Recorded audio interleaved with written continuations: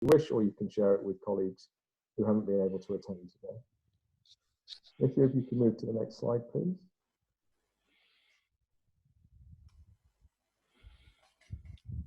Okay. So 3 areas on the agenda. The first thing we're going to look at is the insights around the impact of COVID-19 on existing active trials. We're then going to have a look at what the regulators, particularly the FDA and the EMA, have been saying with regards to guidance for ongoing trials that are being impacted in lots of ways by COVID-19.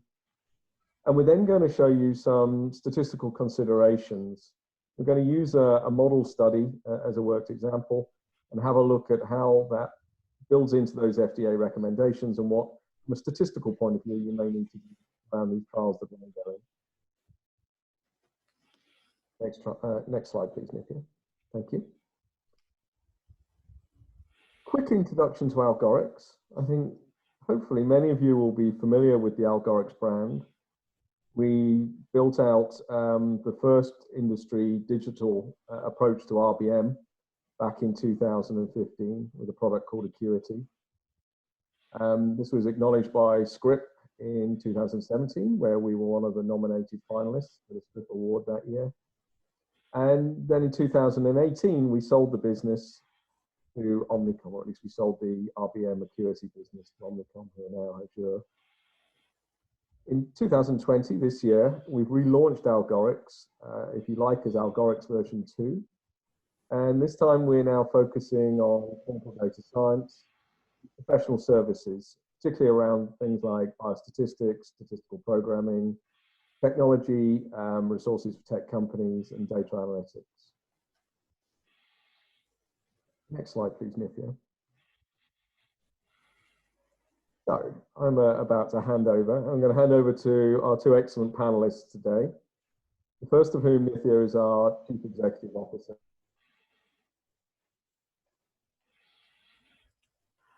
Thank you, Rob. All right, so very good morning and good afternoon and good evening, everyone who are on this call.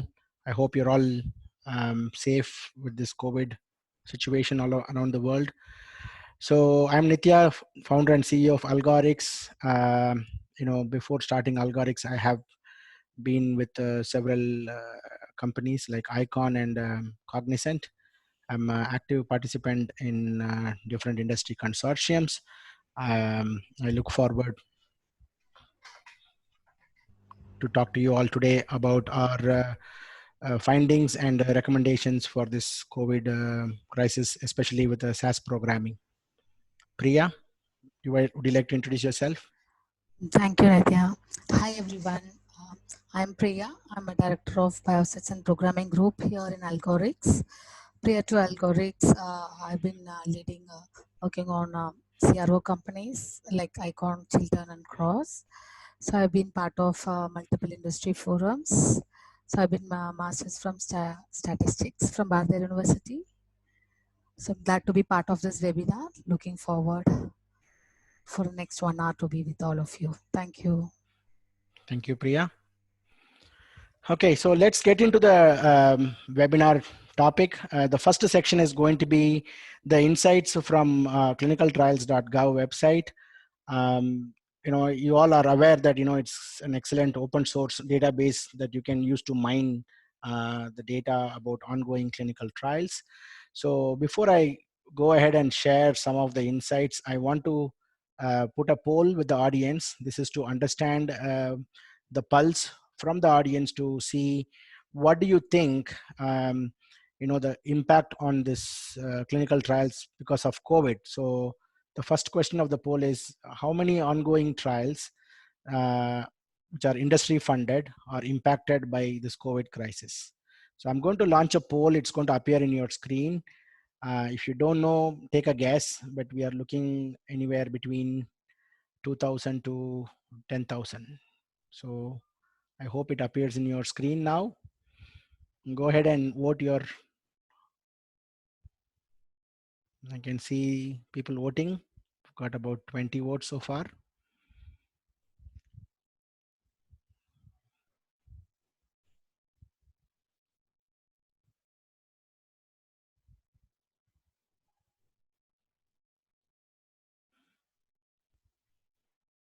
Give it a couple of more seconds.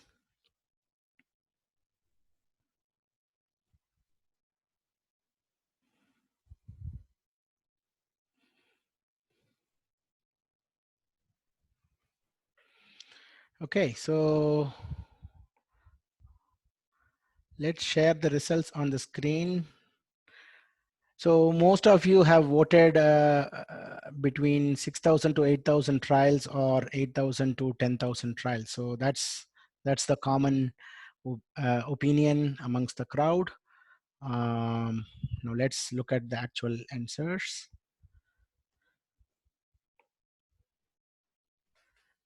Okay, so from the data we mined, there are about 9,254 studies that have been impacted. These are studies with a status that they are active, either they are recruiting, not yet recruiting, enrolled by invitation, and active not recruiting. Okay, so this is a very big number, especially when it comes to industry funded trials. And we looked at some of the top sponsors who may be impacted by this.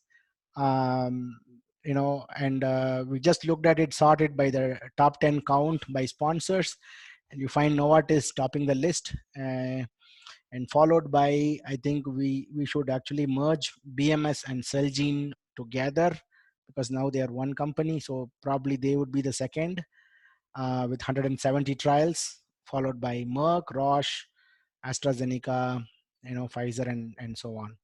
So these top 10 sponsors alone account to about 1,100 studies, which is about 12% of the ongoing studies. So this is a very big impact when it comes to the clinical trial budget with these companies, because a lot of these trials have to be either stopped or cancelled or put on hold. So that's going to have a real big impact for all of us.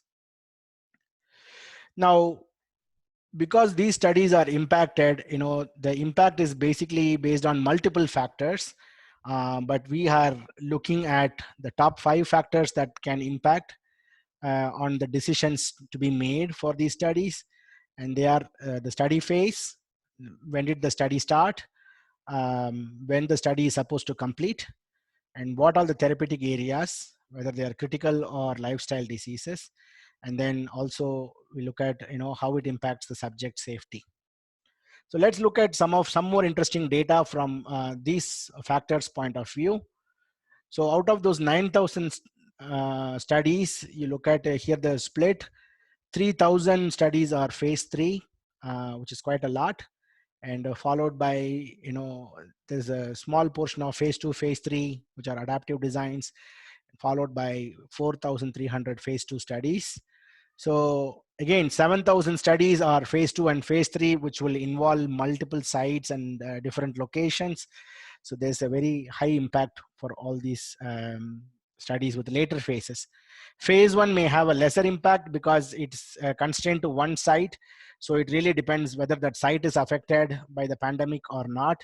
Otherwise, some of those studies could be rescued. And also they are short duration studies. So they can be either completed faster or being pushed to a later stage.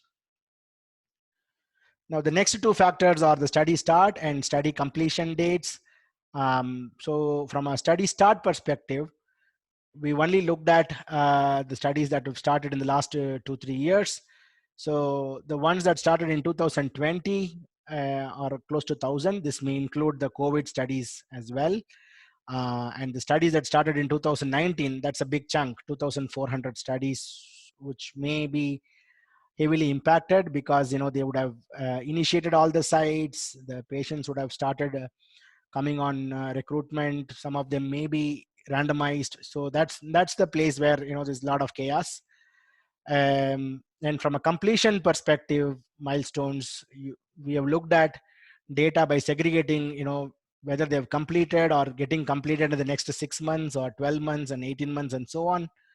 And again, these 2 brackets, which are supposed to be completed in 6 months or the 6 to 12 months, will have the maximum impact because they are already 80 to 90% on their way to completion.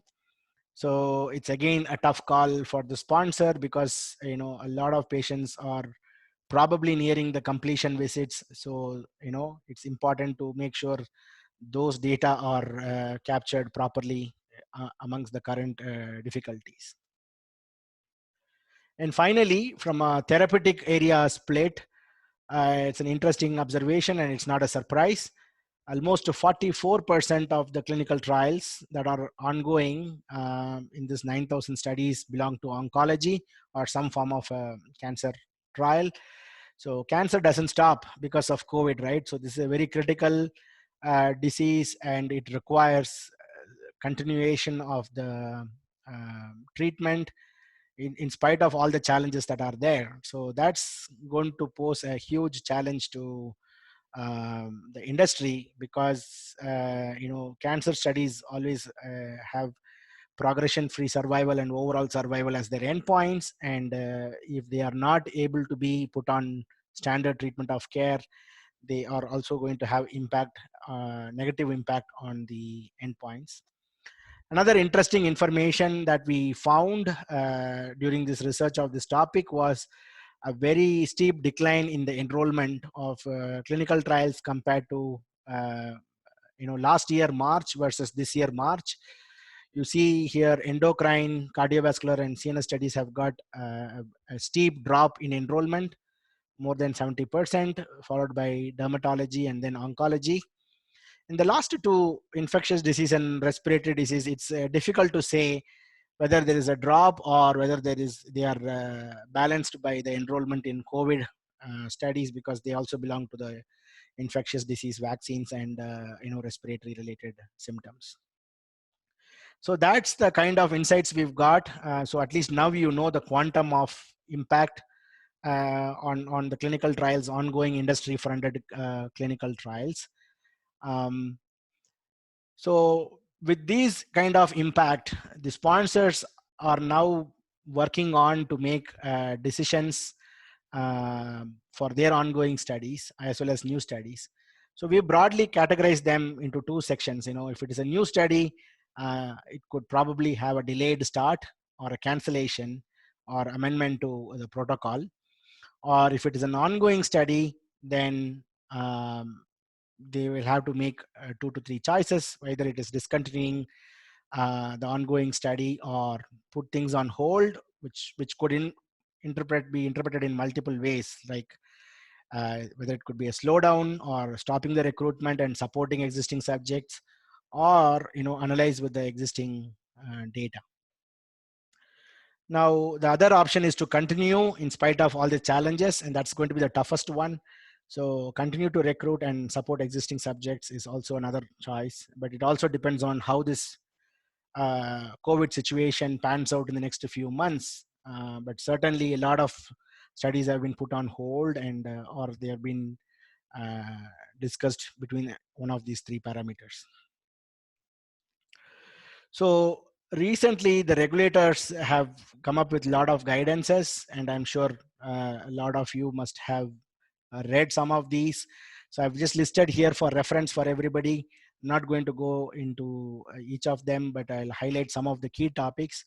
My personal favorite is the EMA guidance, which came a month back and was very comprehensive in terms of covering a lot of aspects with respect to how to support ongoing studies.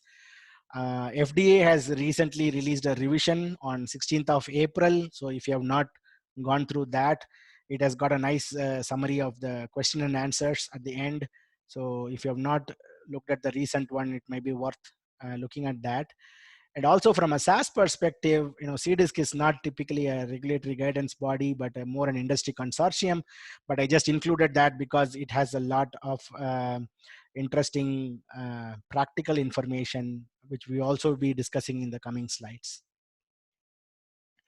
So most of these guidelines are summarizing the challenges that are being faced and how they are going to be mitigated.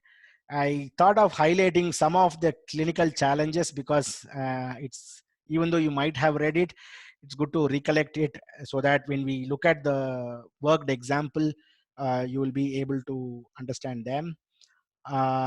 So the main challenge is inability of the patient to visit the site.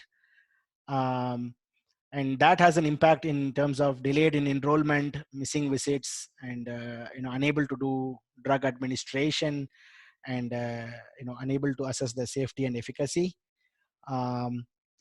And then they are mitigated by providing private transportation or home health services to come and manage them, to handle the remote study drug administration and assessment of safety.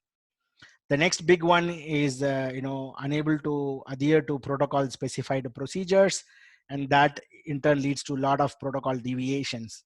I think from a statistical department perspective, the protocol amendments are the key, because they are necessary right now, because unless you modify some of those mandated procedures, we will not be able to continue the trial in the current situation. So we'll talk about that. And then the import or export delays due to manufacturing of clinical supplies, that's another big challenge. And from a statistical programming perspective, again, we need to carefully look at it in the drug accountability domain. And finally, the misalignment of sponsors' expectations versus the hospital's reprioritization in terms of handling the pandemic, right? So when a site is impacted heavily because of the pandemic in that region, then it is going to create a lot of delay in the data transfers, which can lead to missing data and delay in SAE reporting or patients getting lost to follow-up. So there also we need some kind of an ongoing mechanism to create contingency plans. So this all leads to protocol amendments. Like I said in the previous slide, they are unavoidable. They need to be taken into consideration various factors that can impact the study design and how we can minimize the efforts. But all the documentation is very important. So the documentation from a data perspective is what we are going to focus more in the next section, where how we can create different flag variables to document this on the data perspective so that you can include them in the analysis. So informed consent will have to be amended, in case if you're going to do additional COVID related screening or change in the procedures, we need to get a revised informed consent with the patients. So that's getting captured in the IC domain. Anything that deals with study visits, schedules, and procedures will be captured in the disposition domain. Any changes with respect to capturing AE or reporting AE will have to be managed in the AE domain. And similarly, IMP distribution in drug accountability, safety assessments and efficacy assessments in multiple domains. I just highlighted a few here, which is vital signs, lab exposure, and physical exams. And also protocol deviations itself is going to be in the DV related domain. So these are all some things which we are already aware of, but I want to now post a poll again on the screen to understand which category, in your opinion, would have the highest disruption on ongoing clinical trials. Is it missing data? Is it drug accountability, or subject discontinuation, or site closure? So I'm going to launch the poll on the screen. If there was an option, all of the above, I know everybody will vote for that, but here the idea is to understand the group consensus to see what do you think is the category which can cause us highest disruption. Okay, we'll give it a few more minutes. I'll also explain you why we put this poll in the next slide, but it's good to see the group's consensus here. Almost there.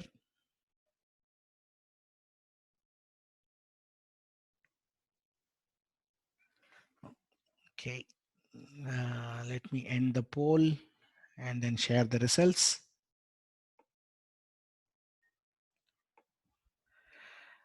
All right, so you can see now the most of you have voted for site closure due to pandemic, which is probably the right answer, and followed by missing data and then subject discontinuation, drug accountability.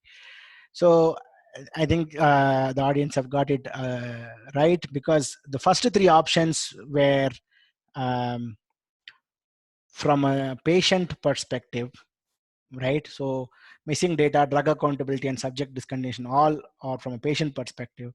But if a site gets impacted, then it's going to affect the entire cohort of subjects who are linked with that site.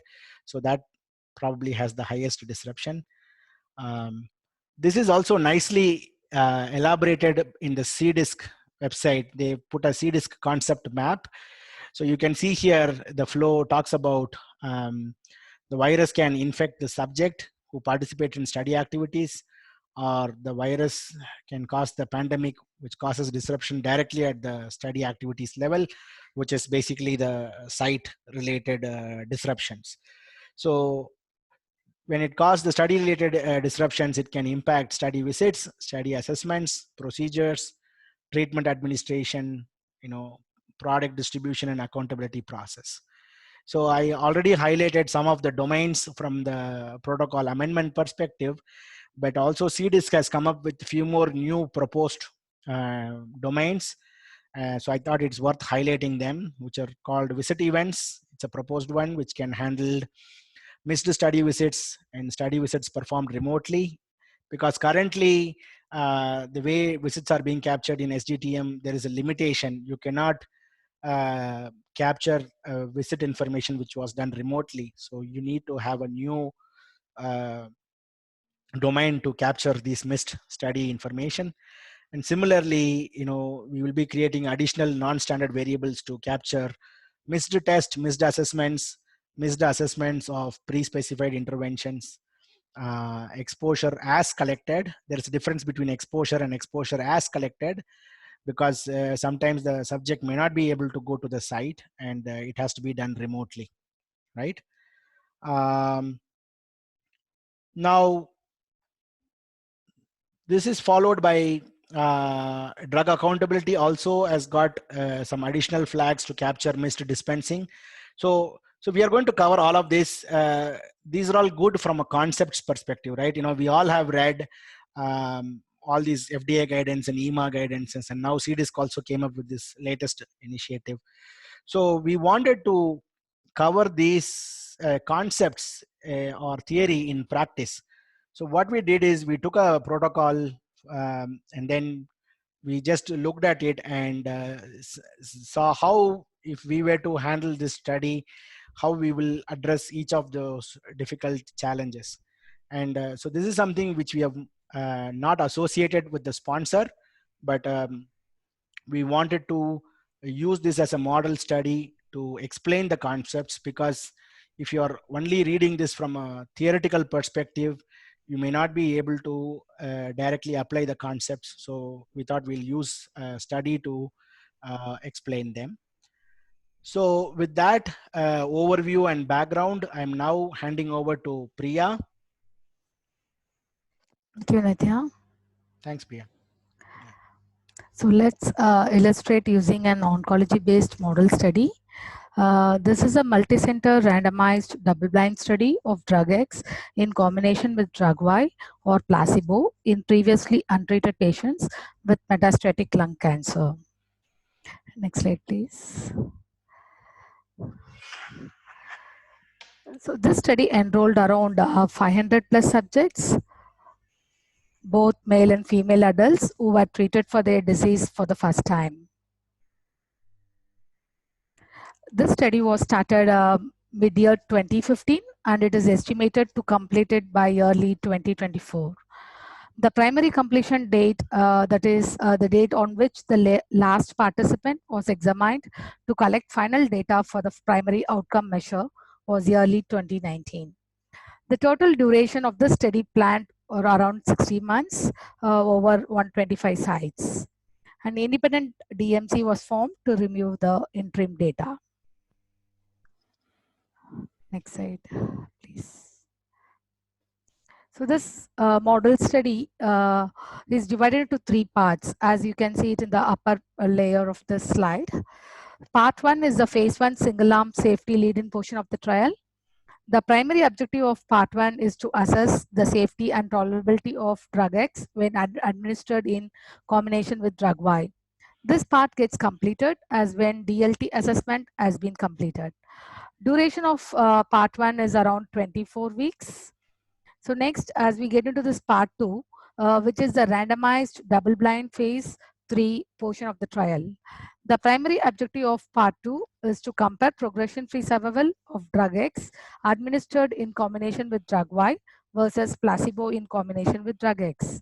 So duration of this part 2 is around 220 weeks.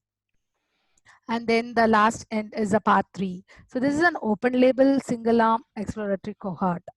And just coming to the lower section of this slide, the scientific evaluation of this study to be considered complete following the final analysis of overall survival, so which will be notified by sponsor. The continued access period exists if at least one patient is still on study treatment when study completion occurs. And the end of trial year refers to the date of the last visit or last scheduled procedure for the last patient, including patients participating in the continued access period.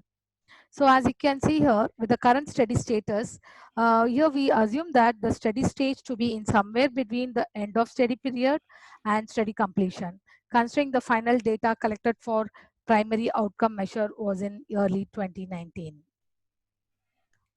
Next slide, please. So here this table gives you the latest study progress reached so far.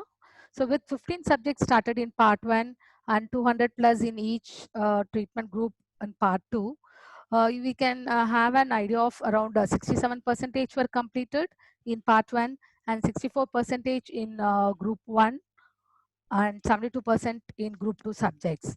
So out of not completed subjects, those alive in study treatment as of now was 3 in part 1, 60 subjects in group 1 and 50 subjects in group 2 of part 2.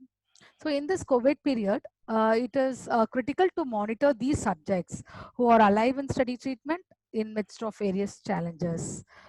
And the part 3 data will be reported after study completion.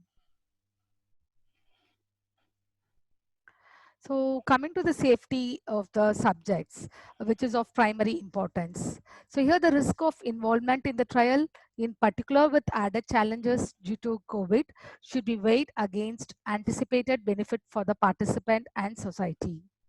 Trial participants should be kept informed of changes to the study and monitoring plans that could impact them.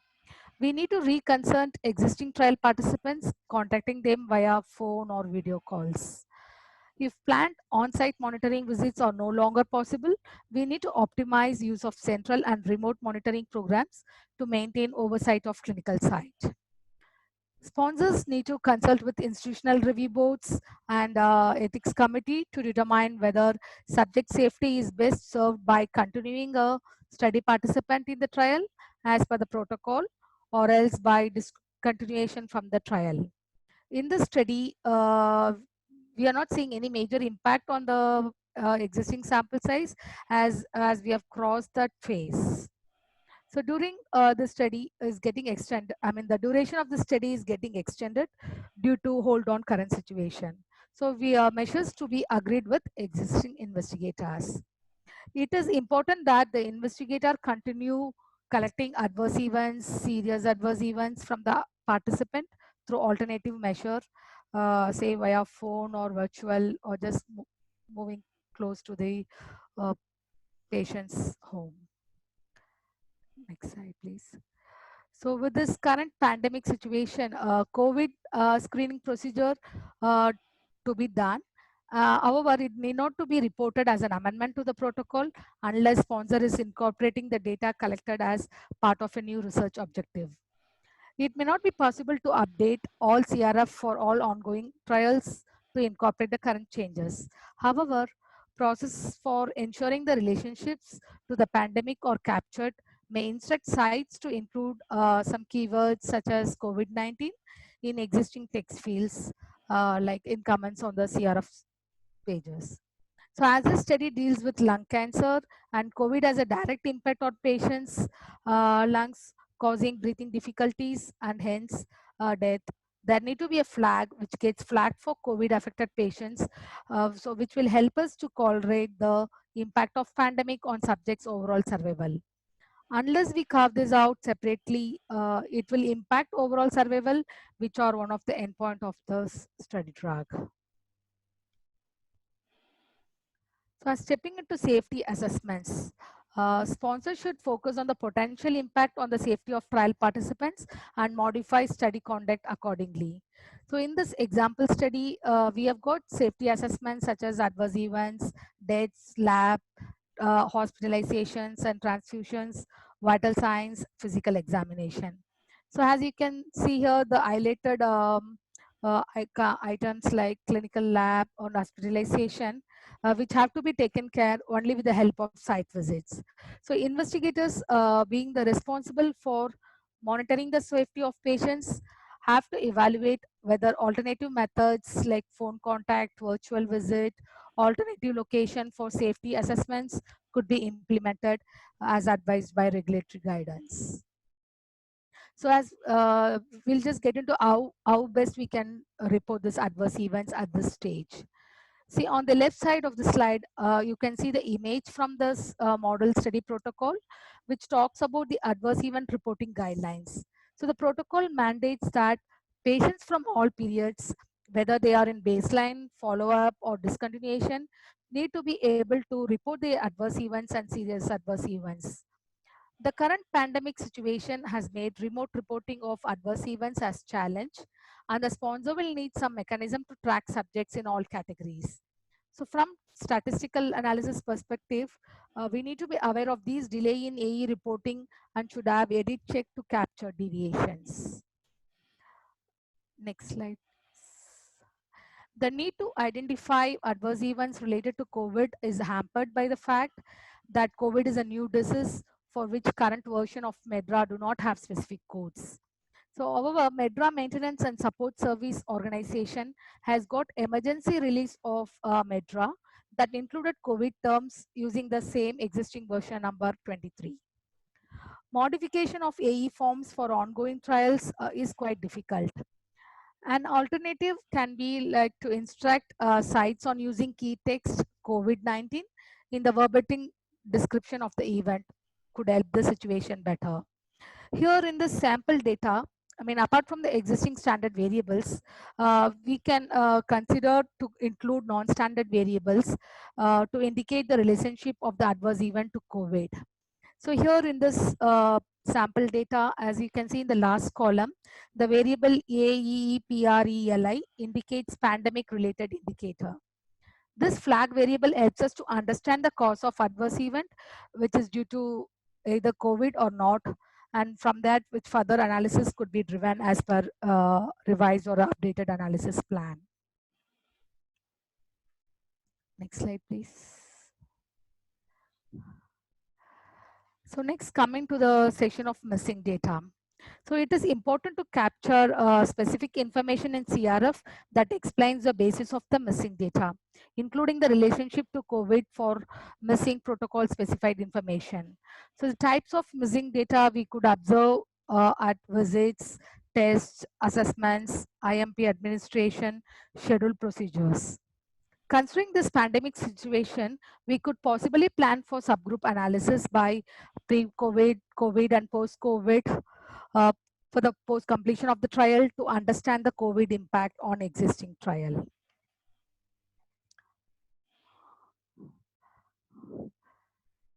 So with the existing section of the missing data on SAP, say like in the handling dropouts, imputation methods, and review of subgroup analysis, and as well as in protocol section, which has a major impact on discontinuation and summary of study to be revisited.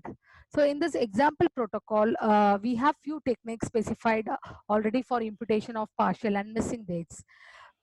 The same could be followed for all the new imaging missing data as well. All safety related missing information will have to consider with the assumption of worst case scenario unless otherwise proven. For example, default option should be treatment emergent adverse events and AE onset date to be compared as far as first dose of modification or baseline. Next slide, please.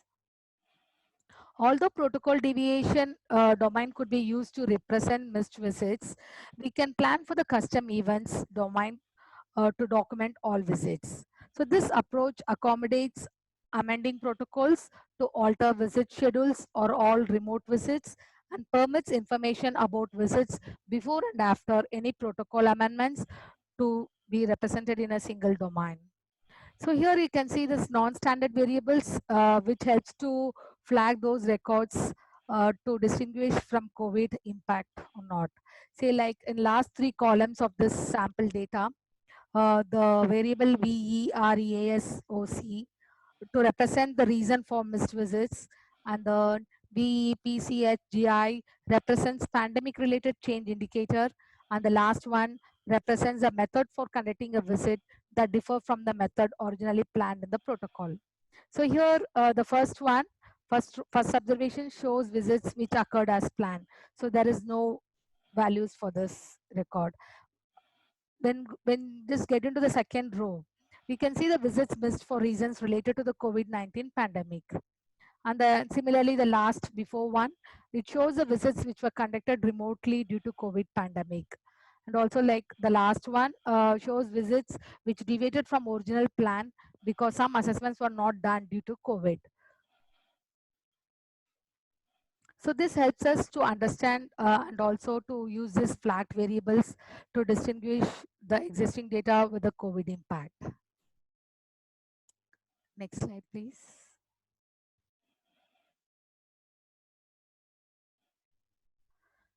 So during this pandemic, subjects may not be able to come to the study site in person to receive or return study product. Sponsors must assess the risk relating to the product and consider any alternative shipping and storage arrangements. Changes in IMP distribution to be reflected in the protocol amendment and communicated to regulatory bodies. In the study, drug dispensing need to be managed for those subjects who are currently alive on study treatment. As you can see highlighted here. So as you see, the focus is only on those who are alive on study treatment. Now in dispensing the drug, instead of summarizing whether it is possible or not, we have to think in terms of probabilities.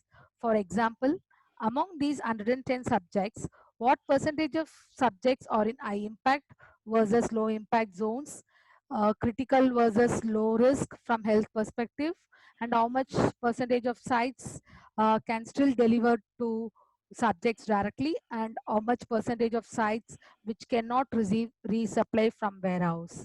So this breakdown will help to mobilize the study drug and also capture the administration and accountability. Next slide, please. So here's a few data which shows the drug accountability for a subject whose access to study treatment was disrupted by this pandemic. So as we stated lastly, we can include non-standard variables here as well to flag those records. So in this table, as you can see it in the last two columns, DACNT mode, which records the method by which study treatment was dispensed. So this field to be populated when the contact method was not in person. And the other one, the last non-standard variable, DAPEPCHGI, which flags records where there was a change in the way accountability was conducted or reason why accountability was not conducted related to COVID. So in this sample data, you can see it in the second row, which shows that drug return information was obtained by phone. And in the next one, it shows the study treatment dispensed by secure shipment to the subject's home. And the last observation shows that study treatment return was not performed for a reason related to COVID. Hence, these indicators helps us to understand the impact of this pandemic in existing plant study data. So this could be further applied as per revised analysis plan once updated accordingly.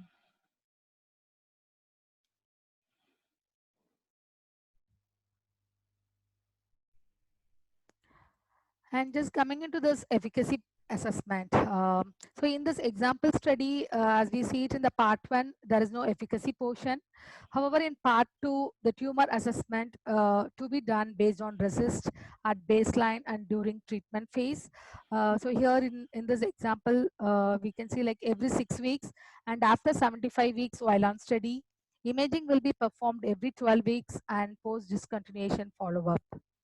During this continuous access period, efficacy assessments will be at the discretion of the investigator based on the standard of care. So as we see it, like in this pandemic, if the trial participant cannot reach the site to have these tests performed, it is acceptable that imaging or related diagnostic tests are done at authorized local laboratory on social distancing. When samples cannot be shipped to the central lab, analysis should be performed locally and then explained, assessed, and reported in the CSR following ICH E3 guidelines. So here in this example study, the primary efficacy measures are progression-free survival, and the secondary endpoints were overall survival, objective response rate, disease control rate, and duration of response, which is like similar to all the oncology studies. The rules for determining date of progression or sensor for progression-free survival and non-responders or planned assessments were given in the respective subsection.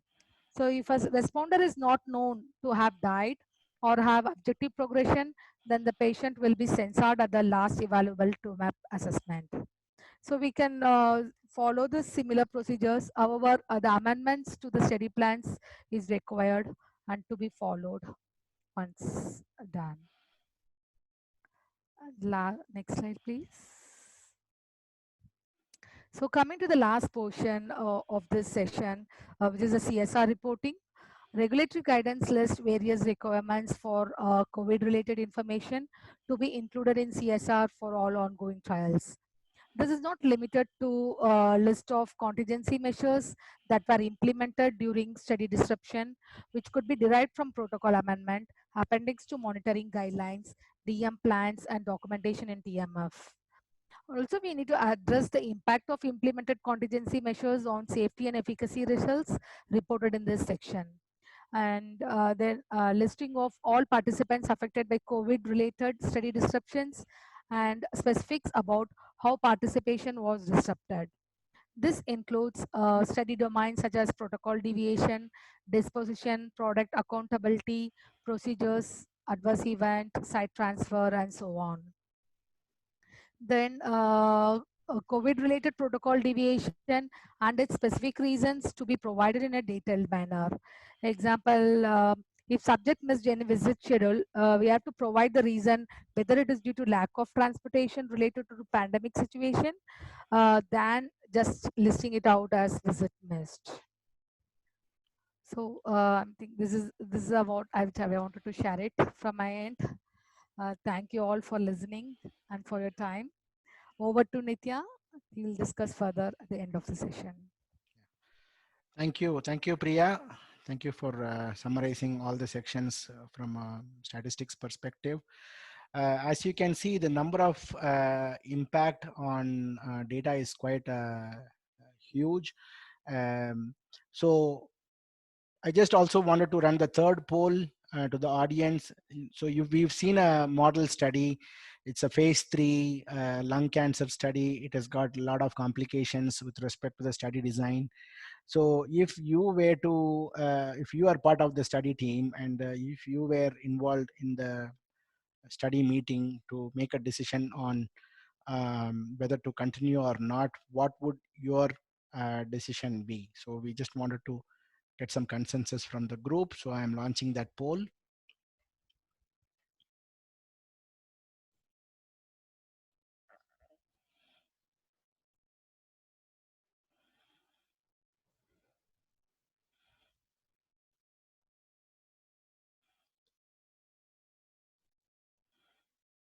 Okay, I'll give it a few more minutes. Almost there, 75% voted.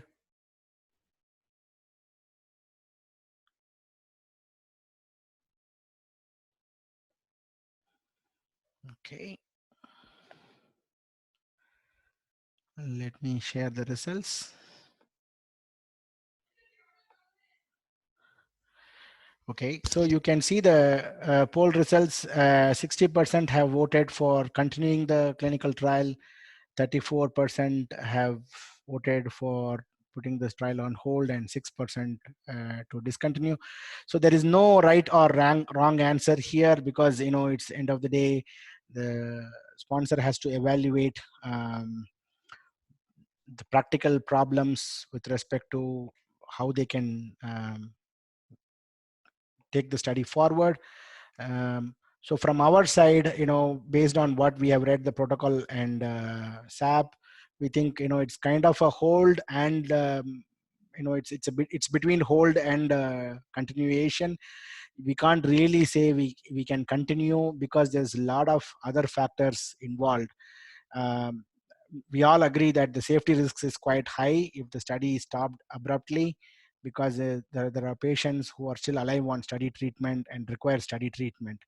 However, the investigators availability and IP supplies availability is a regional factor. There's about 120 sites, which Priya mentioned at the beginning. So we are not really sure how much of them are high impact versus low impact.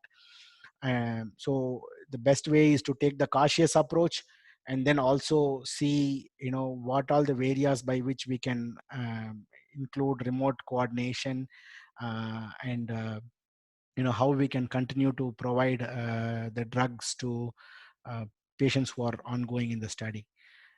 There's a good thing that they already did a DMC analysis, so we could do another data snapshot just before the COVID period for another interim analysis. And one way also to look at it is, if they have 80-85% of the study data already, can they use that itself for submission, or will they need additional information? So that is another way to also look at to carry on this study. Again, our interpretation could be totally wrong, because we are looking also from a different perspective.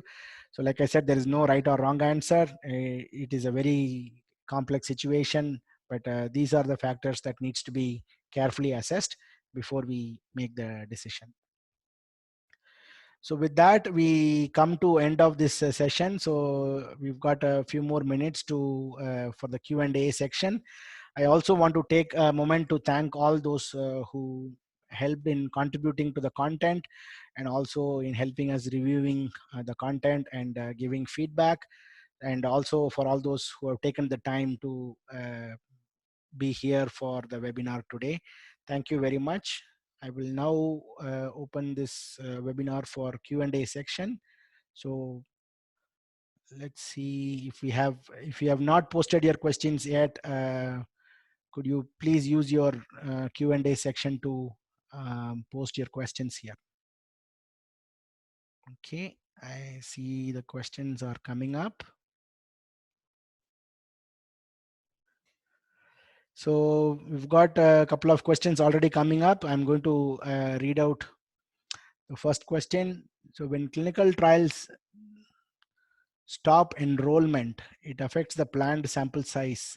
So how do you handle the situation? Priya, do you want to take this?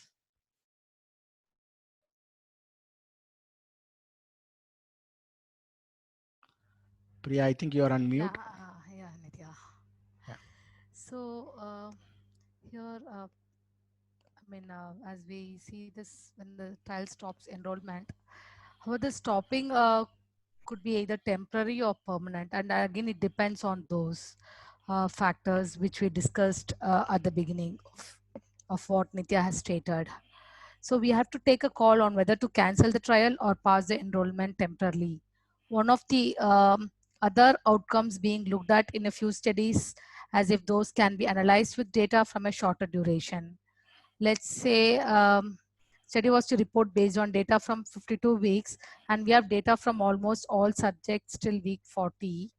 Then it can be used for registration. Okay, thank you.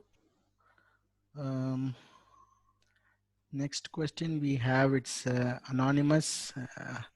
How will you handle the cases if the subject died due to COVID, which is different from the mentioned disease in the protocol? Will you consider that subject in analysis? If yes, what are the statistical considerations? So let me take this as well. Sure.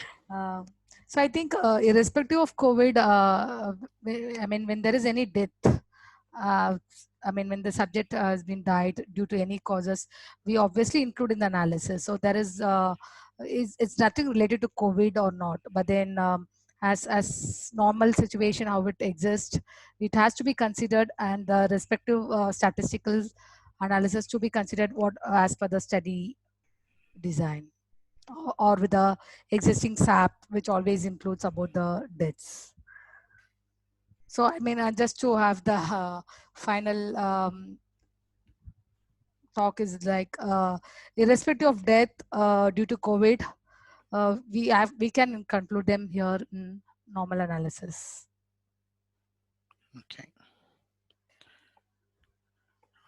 Okay. The next question is, how is site closure handled from a data perspective?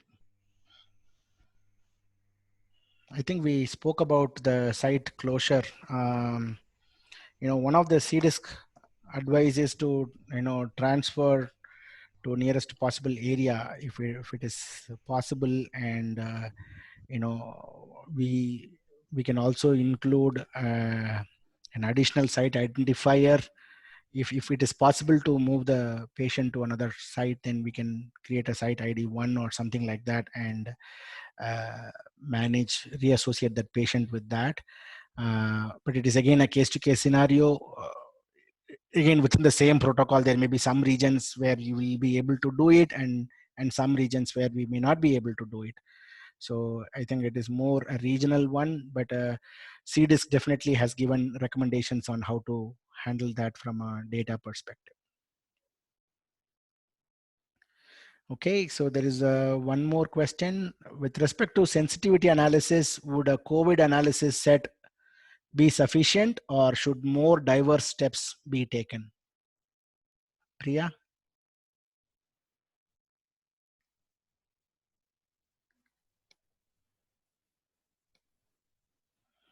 Hello? Hello? Yeah. Yeah, can you just repeat that question? With respect to sensitivity analysis, would a COVID analysis set be sufficient, or should more steps be taken? So it again depends on the nature of the disease, what we study for it. Mm-hmm. And I think whatever the existing SAP section says about it, we have to cover for COVID as well. Mm-hmm. Okay. So there should be a separate section to show whether there is an impact of COVID or not, whichever the study we are into it. Okay. So we are almost coming to end of the session. There are a few more questions that are coming up. I'll see how much ever we can answer. Maybe we'll take one more, and then what I will do is summarize all these questions with an answer and circulate it to all the attendees who have participated today. And I will also send a link of the recording of the session, so that in case if your colleagues also wanted to have a look at this, it will be helpful for them. Again, the intention, we will not be, with less than 60 minutes, we will not be able to go through the entire possible scenarios, but we wanted to highlight how we have interpreted the guidelines, and the best way is to put the theory into practice. So that's the approach we've taken. It definitely requires collaboration with multiple departments. A statistician and a programmer alone cannot make all these decisions. The cross-functional team have to come into place. They will need to vet the feasibility of whether alternative methods are available or not, and accordingly the statistician and can work with the SAS programmer to make those amendments in SAP and in the data sets. So it is a very cumulative exercise. There is no one size fits all approach. The best way is to have a cross-functional team meeting, which includes clinical operations, supply chain, and also regional heads of those countries. And then also if it is a sponsor who is directly working, then they'll have to include their CRO's expertise to make these decisions. So I think with that summary, I don't think we have time to take the last call, but we have got some really good questions here. I will definitely, consolidate them as an action and summarize and send it to the group. Thank you so much for all your participation. I hope you learned something new today, and stay safe, and soon we'll come out of this COVID crisis. But one thing I can tell to the statistics and the programming group, we've got a lot of work to be done once this gets over. As you can see, there's a lot of data related impact, and which will all come to from a statistical reporting perspective. All of this needs to be reported to the regulatory bodies. So thank you once again. Have a wonderful weekend. And if you have any questions, you have my contact details here, and feel free to reach out. And if there are, we shall be in touch. Thank you. Thank you, Priya. And thank you, Rob. Thank you. Thank you, Nitya and Rob. Thank you, everyone.